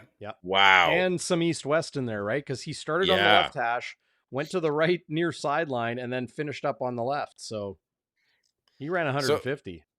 And my defensive game ball, I'm going to give some love to the guy who was a star of your show. Sorry, Danny Austin. The star of your show on midweek. I should take a bye week more often because you had Danny Austin and Willie Jefferson. Talk about an embarrassment of riches. But yeah, Jefferson had 2 sacks tonight. Nice that he gets the sexy stats.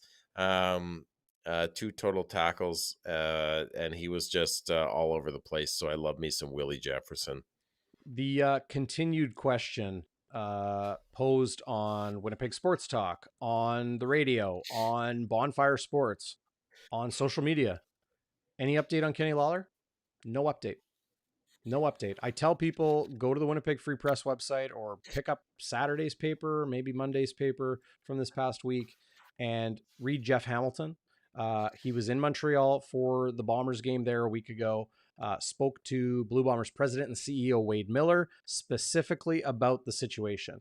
It was a 3 to 4 week timeline where the Blue Bombers sent out a statement saying they were hopeful it would be resolved in 3 to 4 weeks. They did not say anything of the kind that he will be back in 3 to 4 weeks. This is out of the Blue Bombers' hands. This is out of Kenny Lawler's hands. This is out of the CFL's hands, or frankly, anybody's, except for American and Canadian immigration services. That's it. It's something that's just got to be done, and it's unfortunate. Kenny can't even be in the building. He cannot work, so he cannot be with his teammates. He cannot be in the facility. He's working his tail off on his own, and no doubt he's hanging out with his teammates after work. But he can't be in meetings. He cannot have contact with can't go to work. So it's a tough situation, but it'll figure itself out eventually. But eventually it's just will. not It eventually will. Okay, you guys know that I give my game balls out a little bit differently. So this is what I'm doing as the coach. Okay. Please tell me you're giving one to Jammers. Oh, I thought about it. Oh, I thought about giving one to Jam. Oh, he was close. He just nudged that pylon, eh, guys? Dude, that was precision. He broke the shutout. Yep. Yeah. like that's a happy honker too, man. I was like, that was sweet. I am calling Brady Oliveira into the back equipment room, and I'm saying, Brady, here's the ball. Go give it to your boys up front. Game ball goes to the offensive line. Couple sacks against, fine. Flat to start the game, the entire offense for sure. But when it mattered, like it easily could have been the Bonfire burning point is a 15-play, 96-yard drive that spans 9 minutes, 43 seconds. Yeah. And just, I said it off the top. That's the lead of the story. I would have put them in for Warrior. Like if it were, weren't for Bighill's thing, like in terms of Warrior, the game, because they battled. It was a tough start and they chipped away. The defense did its part. But when it mattered, man, did they ever. That's Brady too. Brady and the O-line, like the whole system, stuck to it and came through. Like that's what impressed me most about the offensive line tonight, and Brady as well. Things weren't go well. He had like 0 yards on 2 carries in the first half. And then what does he end up with here on the rushing? It was 73 yards, right? Like, yeah. But there was nothing. That's all in the second half. So like 100%, like that could have been a Warrior for me more than a game ball. Was, you stuck to it. You battled through everything, all the adversity you were created, that was created for yourselves in game, and you turned it around, got the win, secured the win with the drive 100%. But that is a good game ball. I like that game ball. So if you look at Brady Oliveira's numbers, 15 carries for 73 yards. Okay. 4.9, not too bad. Had a long of 19 and the one run of 10 plus yards. Okay. And then he is also the most targeted, or pardon me, had the most receptions. Dalton Schoen was the most targeted. Oh man, that one that just hit him in the fingertips. Oh, how did he not? That was very un-Dalton Schoen-like to miss that. You know what? Shit happens sometimes. Rather him drop it than a meaningful drop. I've seen Jerry Rice drop footballs. I have seen Weston Dressler drop footballs. I have seen the best drop a ball once in a while. So Dalton Schoen, listen to the radio broadcast. Christian O'Mell working on the sidelines for OB, said that after that play, Dalton Schoen helmet on by himself, and in the words of Christian, he looked dejected. That is not up to his standard, but shit happens sometimes. Okay. Yeah. And like, it is what it is. He put it behind him, and he still had a pretty good game overall. I think he still leads the league in receiving, even after but hey, 40 yards tonight. But Brady Oliveira, he had 73 on the ground. He had 37, in the pass game, including one on, to convert on second down into a first down and move the chains. That final drive, he had over 70 total yards. Brady was dang good tonight, and it's because of that offensive line that he's coming to his own. Hey? For sure, good pick there, but he's coming into his own, Brady? He is. Yeah. What am I doing to the screen here? Hey, look, I don't know. We're in Schnitzy's living room. Oh, woo! Oh man, I gotta figure out this software. I gotta make sure I'm on my P's and Q's here, guys. Or maybe you don't. It's kind of more entertaining when you don't. Yeah, a little bit. I think I got you straightened out now, Schnitzy. It's not software when you're talking about me. It's hardware. Oh, there you go. Game ball to Oh, you for that. yeah. Am I forgetting anything? Defense. Oh, You just were for the given to game give a balls. defensive game ball. Yeah. Yeah. I want to give it to someone else. I want to give it to somebody different. Let's pull up the defensive numbers here, guys. You know who I'm going to give it to? Oh yeah, I know who I'm going to give it to. I am going to give a game ball on defense. Where is it here? There we go. I'm going to give a game ball on defense, not to Abu Daramy-Swaray. He had a nice game. Brandon Alexander had some nice plays as well. You know my guy. Tackle for loss right here. The human tarpaulin. Mm-hmm. Did you guys know I was like, just like a year ago, years old, that it's called a tarpaulin? I always thought it's just a tarpaulin. Anyway, I did not that's know. that's a Learning. game day after dark late night thought. I am Something thought, that's for sure. I am giving my game ball to Malik Clements. 2 tackles on defense, 1 on special teams, had 2 tackles for loss. And also involved on special teams as well. Physical, nose dirty, getting it in there. I really like Malik Clements' game. The guys were talking about it on the TSN broadcast as well. He's really coming to his own as an every down, physical, rock solid Canadian Football League pro. So yeah, that'll be my defensive game ball to Malik Clements.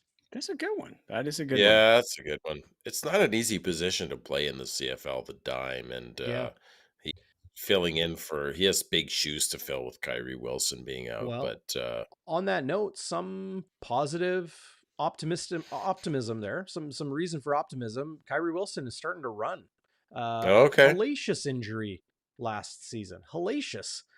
Really long road to recovery, and he's getting close. Not practicing yet, but I think Winnipeg. Chris and I were talking about it on Game Day Winnipeg today, or yesterday. Anyway, how good Winnipeg's linebacking core is, because Les Maruo and Shane Gauthier, although injured, Jesse Briggs, and then emotional veteran leader in Adam Bighill, Kyrie Wilson, Malik Clements, like they're dang good. There's some bigger names in linebacking cores across the league, but Winnipeg is good. And now we're leading the Western Division. Just like I'm a happy man. Yes, they are. I'm a happy man. Yep. Yes, they are. And who knows? Maybe the Alouettes will beat BC. You never know. They'll be 3-2. Yeah, that's right. Yeah. We went through it already. So Ottawa at Hamilton tomorrow, and then Montreal at BC on July 9th. That would be Monday. Is that right? No, can't be. Oh, it's Monday, after midnight. Sunday. It is technically July 8th right now because it's game day after dark. So Ottawa, Hamilton Saturday, Montreal, BC Sunday to wrap up CFL Week 5. But yeah, the Riders are 3-1. The BC Lions are 3-1. Home to Montreal on Sunday. The Blue Bombers are 4-1, and the Calgary Stampeders are on the outside looking in at 1-3. And very, very un-Calgary Stampeder like, hey? It's kind of weird, hey? Well, another interesting dynamic with Calgary, though, too, is like without Bo Levi there, like, Meyer came in, and when you're not the guy, it's almost like there's that sense of, how would you put it? You're kind of more relaxed when you're replacing, if that makes sense. Like you're after the job, but like now when it's yours, and you were saying earlier, like, does he have that dog in him? Does he have that warrior? You're not seeing it. Like it's still early in the season, but that is a very interesting thing. Now you're the one with the target on your back in terms of, the backup quarterback wanted to take position. And now you're the guy, and this is what you fight for. But it's almost like, once you get to the top of the mountain, what do you do? Right. And that's the thing with him right now is, I don't know. Like he's not like he has some shining moments for sure. He's made some big plays in this league, but is he a starter? I don't know at this point, this far into the season, that record. Now I can't sit here and say that he is. And then, not to say that there's a trade to be made with Winnipeg, but we're talking about, well, what's going to happen when all these people come back? That's good capital to have too, and you have too many people performing, because when push comes to shove and you got to make some minor adjustments, you can get some bigger names because you have some stuff to ship out for them, right? Yeah. So if you got to tinker with your lineup and you have too many guys that can play a good position, that's a really good problem to have for a number of reasons. One being the injuries, but the other one is when you have to start making hard moves, you can maybe get something in return, but yeah, I'm skeptical of that happening too much in the CFL or in football. The trade deadline is relatively early, and I think GMs and when is it? coaches Do you are know? Like this year, is there? It's October. It's October. Yeah, like October. I think it was October 4th last year. I could look it up. But it's not a big deal. Yeah, it's down the road. Mean, but I'm skeptical because I think GMs and teams and coaches are wary that look, you're one play away from needing that depth. And yeah, it's true. People have been speculating like, oh, Edmonton's got Cornelius. He's no good, and Jared Daggie's no good, and they need somebody. Hamilton needs a quarterback. Calgary needs a quarterback. Like, they're not going to pry Dane Evans from the BC Lions because the BC Lions are working towards being in the Grey Cup, right? They're not going to pry Drew Brown from the Winnipeg Blue Bombers because the Blue Bombers are working towards the Grey Cup. You're not going to get a team's quarterback depth, not mid-season. It's not going to happen. Like even beyond that too, right? Like you look at now the receiver core is getting a little clogged too, right? Like, so that's the thing. Like it's there, but I guess moral of the story is I'd rather have this as a problem as opposed to the problems you're describing now. I don't want the problem where it's like we have no depth. Like now the only thing is like we're seeing depth now, and it's only going to get deeper as guys start coming back.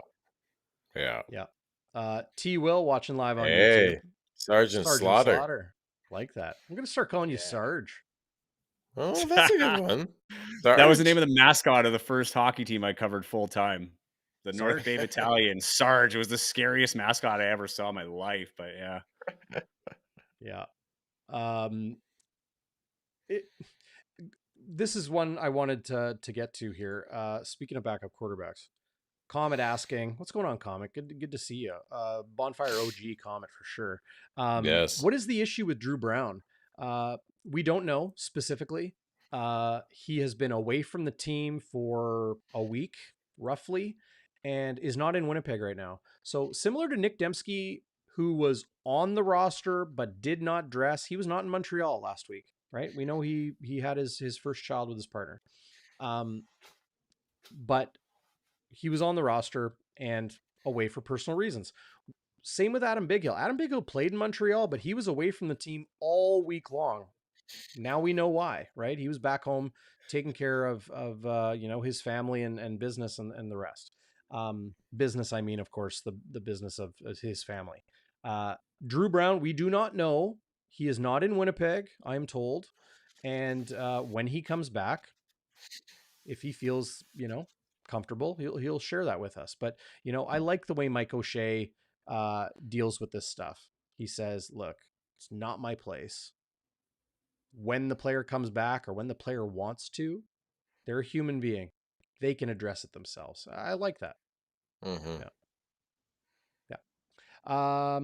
Yeah. I mean, you guys got final thoughts? Bombers now looking towards the Ottawa Red Blacks on Saturday, July 15th.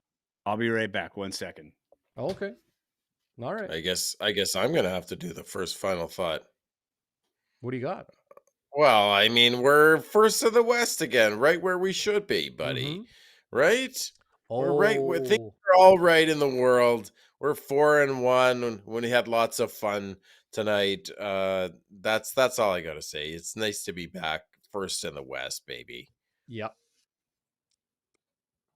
That is true. I mean, the West Division is competitive. Winnipeg has a half game up on two of the teams.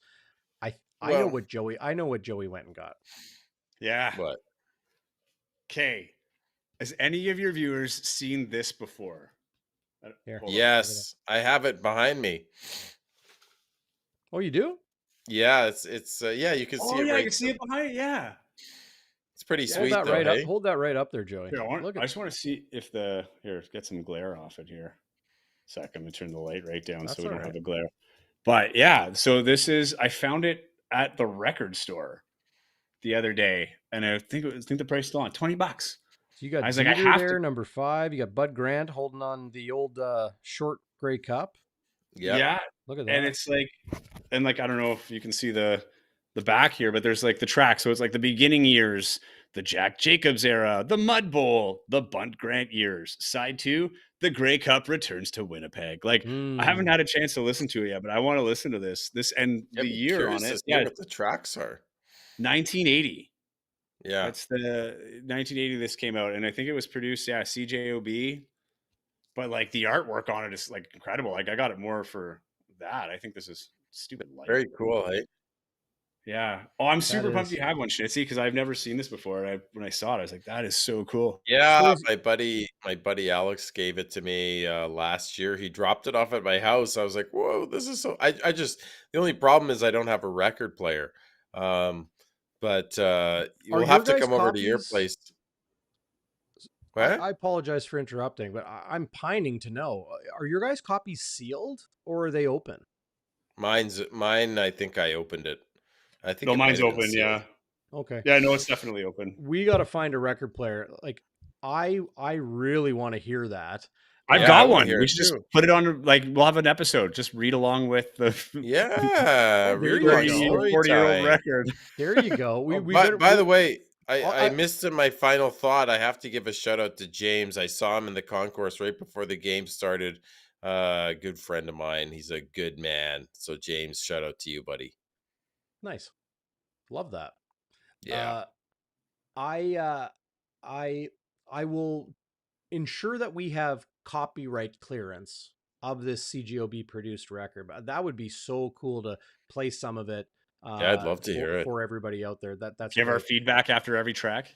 Yeah, yeah, the Like, good who kind of narrates feedback it? Yeah. when That's you're I'm interested to know. when you're Like, is listening it to one of audio. the is it Bob Irving? Like, who narrates this? Who knows? We got to find out. Maybe it's Yeah, I don't even Cactus think it Jack. says on it. What Maybe. year is it, Like, that's what I Joey? mean. 1980. Oh, for sure it's Cactus Jack.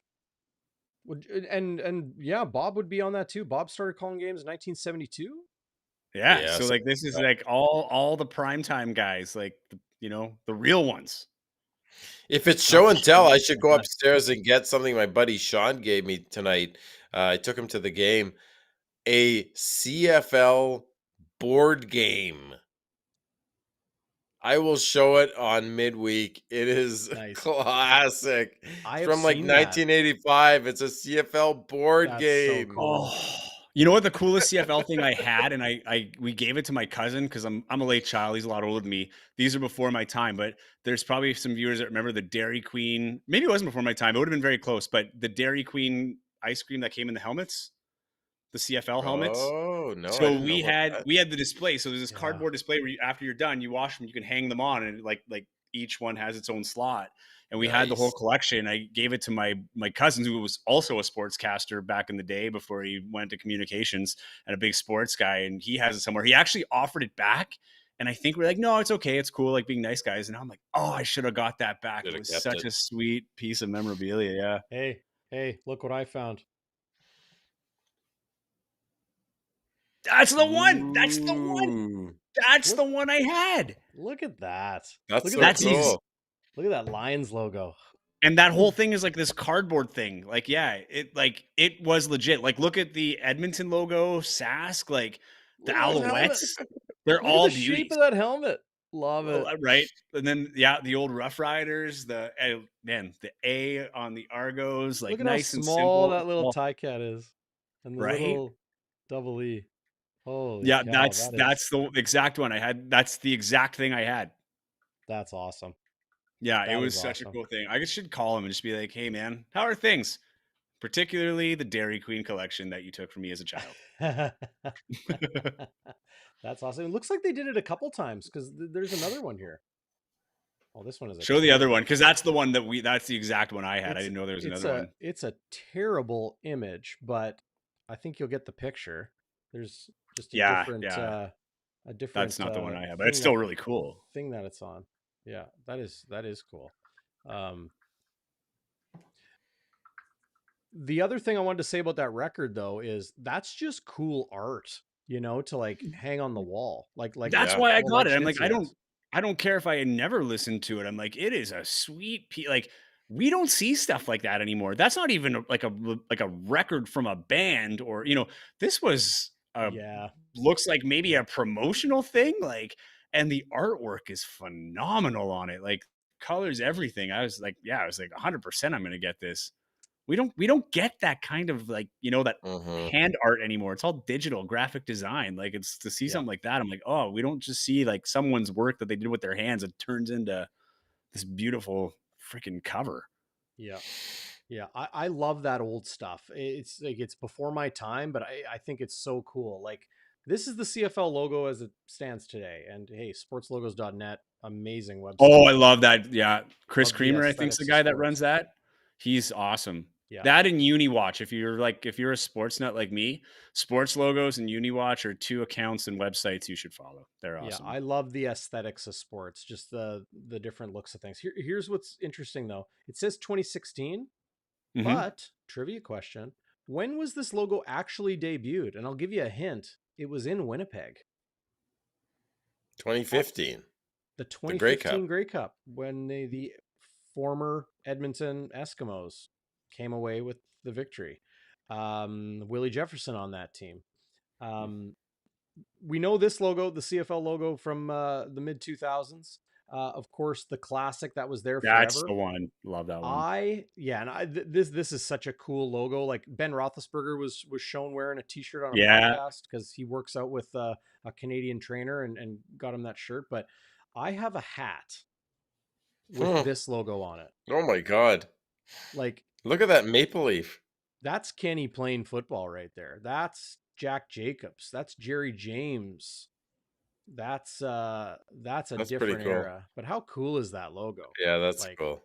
When logos back in the day, man. Like, you know what I'm saying? Like even the NHL had some cool logos like that before the Shield.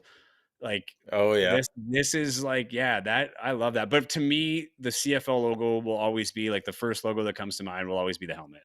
I think that's like I think personally, I think they should go back to it. We're in an era where nostalgia's huge. It kind of is like, Burger King went back to its old logo. It's time for the CFL to go back to it. If one of the biggest fast foods in the world can do it, the CFL can do it. Well, they had the Slurpee cups, right, at 7-Eleven? Yeah, that's another thing I wish. So we found that last year. My wife thought it was pretty cool. We actually got a Slurpee because it had the Bombers cup. But like, it'd be cool if there was a collection to it. Like, and you'd have to go all across the, all across the country to get them. What does it say? If you plant a football, it blooms a maple. Well, that's Bomber fan. Love that guy. There's the maple it blooms, right? And it is coming directly out of the football. Yeah. Look at the green right in the middle. Hey, that's hilarious. I love that. This has been fun, guys. Like, I mean, I think we could pretty much go all night with this. We totally could, but I got to get up in the morning. I guess everybody has to go back to the lake. We're so upset for you, man. This but my wife expects me to be there early, so I got to get up early. Yeah, no, those things may be true. T. Will's comment here: Bombers hat game puts Huss to absolute shame. That is not true. Huss's hat game is off the charts. On Twitter, he was wearing at some golf tournament, he was wearing a Jets hat that was getting a lot of shade thrown on it. Yes, and he threw it on. I was on Winnipeg Sports Talk, so like I'll likely the rest of the season be on Winnipeg Sports Talk on Bombers game days if it's during the week. But he threw that hat on during the show, and it was just like I get the flack he's getting for it, but like now he's embracing it and just rocking it all the time. It's awesome. What hat? What's the hat? Is it like a flat brim? Like, what are we talking about here? It looks like, I don't think it's a knockoff, but it looks like it might have been. Yeah, and it looks like it might have been. The shape of it is kind of strange, like unorthodox. Okay. But, yeah, it's a gooder. It's well, like many things Hustler and Remo and Winnipeg Sports Talk do.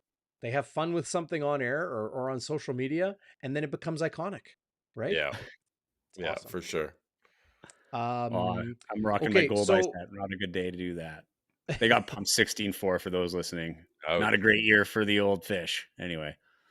yeah, tough season so far in the first year after Rick Forney has Yeah, the moved Greg on. Taggart era, not off to a good start. Yeah, well, and he's an experienced GM, Big or time. sorry, experienced manager. But Rick Forney was a huge recruiter of talent to the Winnipeg Goldeyes. So A lot of dudes went with him, man. Like a Yeah. lot of like Logan Hill was like a guy they miss. You know, like Kyle Martin went off and played whatever AAA. But yeah, it's off to a rough start. I think they'll get it together, but he's got to build his core. Like you lose guys like that. I think they only had like two position players returning, like that are playing as starters, and like a couple of pitchers, and that's about it. So on anyway. that note, I think it's July 20th, but get into Winnipeg Sports Talk's social media and find out.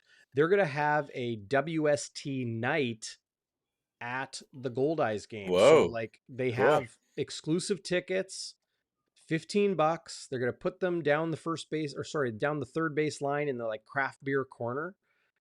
If you've never been to the craft beer corner at Shaw Park or been to a Goldeyes game, like so much fun, chill, I've cool been known atmosphere. to frequent the craft beer corner from time to time. Yep, it's a great spot. It's good. It's good. But I'm gonna try really hard to get there on I think it's July 20th. I could be wrong, but you know, hey, let's bring all the Firestarters out with the Winnipeg Sports Talk crew and Kenny and Rennie and Illegal Curve. Let's get it going, man. This is the community you know, we're here for.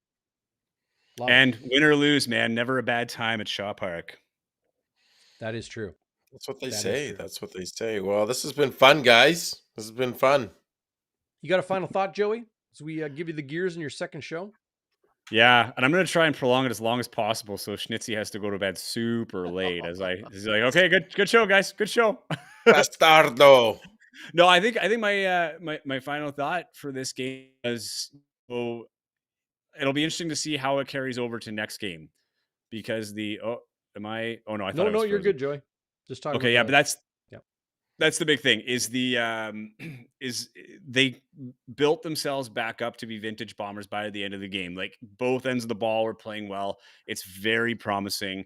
But can they carry it over this week? Like, is this the start of getting back on track to the Bombers that we do know? Yes, they're 4-1. Everything is great. This is nitpicking. But at the end of the day, like, you know, as the season goes on, they do have to get better if they want to go and make a bid at a fourth straight Grey Cup appearance, right? But this today, that fourth quarter gave me a lot of hope. That was watching some really good mid-season form Blue Bombers where things are clicking, and there's a lot of promise going out of this game. So that's my final thought is things appear to be back on track, and if they can keep it going, great. If guys come back and they can fill in their slots, great, because the more depth this have.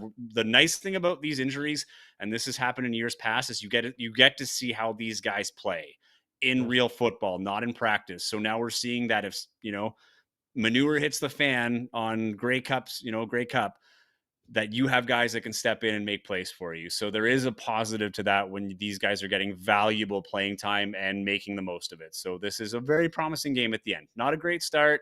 Again, rested team, bit of a short week for the Bombers, but they came back and like an engine warming up in the winter, or me speaking French, it started off slow with a lot of effort, and then it seemed easy and seamless by the end. Like it was humming at the end. So that's good. Just rest assured, your French is better than Willie Jefferson's. I don't know, man. I don't know. I just love how he just embraces it all. Everything about being a Canadian. He loves it here. Yeah. We'll just mention Phyllis says the Winnipeg Sports Talk Goldeyes game is on July 26th. And you know how I know Phyllis knows? Phyllis got the first ticket. Phyllis jumped right to it. Phyllis. Yeah. And so I think we have Phyllis here to keep us in line. This is good. Congrats. Good job, Phyllis. Yeah. We'll see you out there. My final thought is this, because Bomber fan says Schnitzy's gonna have a neck strain from wearing that chain so long. Oh, it's hurting. Yeah. Well, hey, it's hurting. On that note, there's a reason to wear the chain. The Bombers won tonight and protected the house, and got back on the winning track at IG Field. 24-11 in a game that was 11-1. 24-11. The Bombers improved to 4-1 on the season. Guys, this is a blast. Love having you both on. And everybody in the live chat. Great seeing you as always. If you're listening on the podcast afterwards, get over to YouTube, give us a thumbs up. Go and do that right now, and leave a comment, or leave a review in your podcast app, because I want to show that to our future sponsors, as well as our current sponsor, who has just been incredibly enthused to be part of the team again this season. That's Shannon's Irish Pub, 175 Carlton Street. Just a quick Dalton Schoen hitch pass down the street from True North Square. Jets games, Bombers games, home and away, they have game day specials. 21 beers on tap, drink specials, food specials, your pub favorites, eclectic atmosphere, awesome food, as you guys can attest from your very romantic lunch date today prior to the Bombers game. Steamy. We're gonna see you at Shannon's after the Seabears game too. Yeah, and just what would that be? A return, a McRae 102-yard return from Transcona to get there. Is that something? We're always talking about the short walks. What about the long ones? How about a Teddy Allen 3? Ooh, Jelani Watson-Gale. Oh, Jelani. How about on that note, another CK? plug. Target Score Weekly Podcast. It's on everywhere. So take a listen to it. There's your second plug already. Hey, I'll plug a third time. What a plug! What a plug!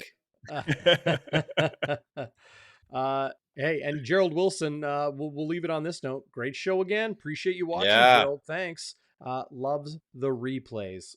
That's what it's all about. On demand for you, ready whenever you want it. But appreciate you, and if you appreciate us, appreciate our sponsors, including Shannon's Irish Pub and everybody out there. Hey, okay, fellas, have a great sayonara, everybody. Nice to see you. See ya.